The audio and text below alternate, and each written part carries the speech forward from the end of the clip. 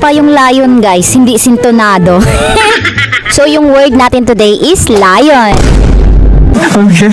Sagot ko dito animal para di agad magets ng spy. Sagot naman ni number 5, hayop ito. Ang harsh ni number 6, animal ka.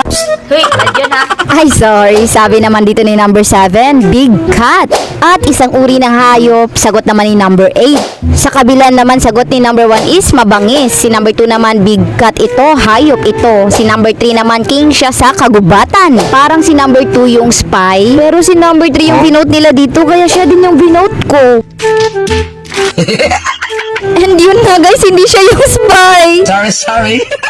Sabi ni number 6, hindi naman big cat ito, kaya binote nila dito si number 2.